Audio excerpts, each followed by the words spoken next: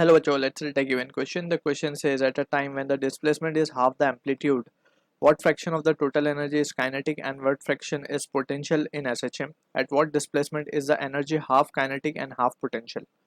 So, to understand this question, we need to understand about the concept of energy associated with a particle performing SHM.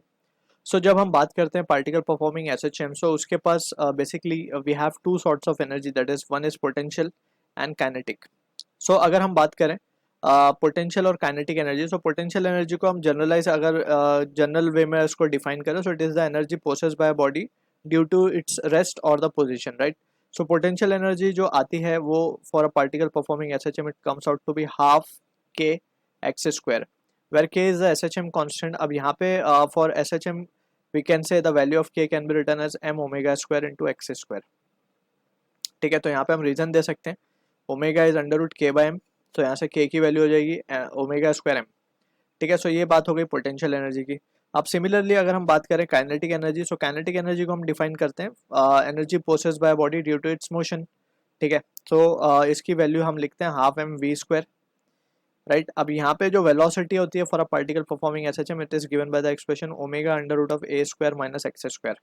यहाँ पे A is the amplitude, X is the displacement. ठीक, तो ये value को जब हम substitute करते हैं तो kinetic energy comes out to be half M omega square A square minus half M omega square x square.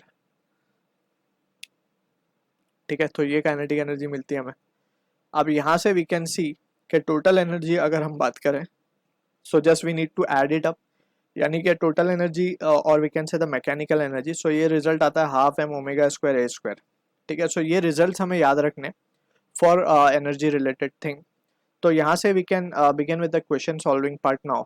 हमसे पूछा जा रहा है कि at a time when displacement is half the amplitude, यानी कि जब डिस्प्लेसमेंट यानी कि एक्स हाफ हो जाए, sorry when the displacement is half the amplitude, yes, तो displacement is half the amplitude यानी कि a बाई 2 हो जाए. सो इन दैट सिचुएशन हमसे पूछा जा रहा है the what fraction of total energy, यानी टोटल एनर्जी का कितना हिस्सा काइनेटिक होगा और कितना पोटेंशियल होगा. सो अगर हम बात करें टोटल एनर्जी की, पहले हम बात करते हैं kinetic energy. So kinetic energy को हम क्या लिख पाएंगे? काइनेटिक एनर्जी हम देख सकते हैं it can be written as half M omega square into a square minus of half M omega square into x की जगह पे हम क्या लिख सकते हैं using this result a by 2 यानी कि ए स्क्वायर बाय 4 हो जाएगा.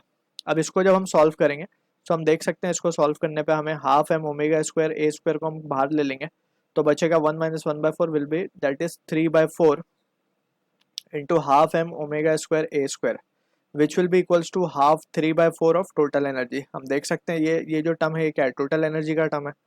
ठीक है, यानी कि we can say what fraction हमसे पूछा गया, therefore we can say total energy का 3/4 या फिर sorry kinetic energy will be 3/4 of total energy. So this is what the fraction we are getting, 3/4 of total energy. और अगर ये 3/4 है तो रिमेनिंग 1/4 क्या हो जाएगा? Potential energy, right. So therefore we can say potential energy will be 1/4 of total energy.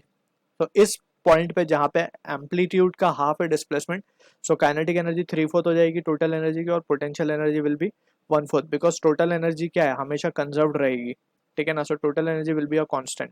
So this will be the case we are getting. हम इसको चेक भी कर सकते हैं, एक्स को a/2 हम सब्सटीट्यूट कर दें पोटेंशियल एनर्जी के एक्सप्रेशन में, सो हमें जो रिजल्ट मिलेगा वो यही मिलेगा. ठीक, अब next part of the question में हमसे पूछ रहा है what displacement is energy half kinetic and half potential, यानी कि दोनों हाफ हाफ हो गए.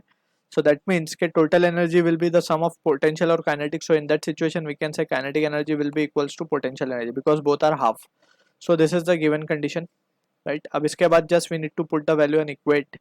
So यहाँ पे हम देख सकते हैं कि इसको तो हम डाल देंगे half m omega square a square and that will be equals to यहाँ से we can see potential energy जो होती है वो होती है half m omega square x square और ये kinetic energy का एक और टर्म यहाँ पे आके ऐड हो जाएगा, right?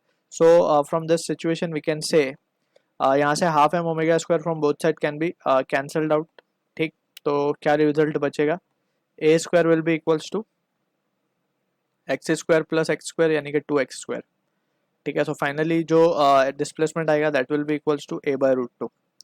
सो यानी कि जब डिस्प्लेसमेंट एम्पलीट्यूड का 1/√2 टाइम्स हो जाएगा, so in that situation energy at what displacement is the energy half kinetic energy. So in ये डिस्प्लेसमेंट पे जो एनर्जी है वो हाफ काइनेटिक हो जाएगी और हाफ पोटेंशियल हो जाएगी. So I hope you understood the solution. All the best.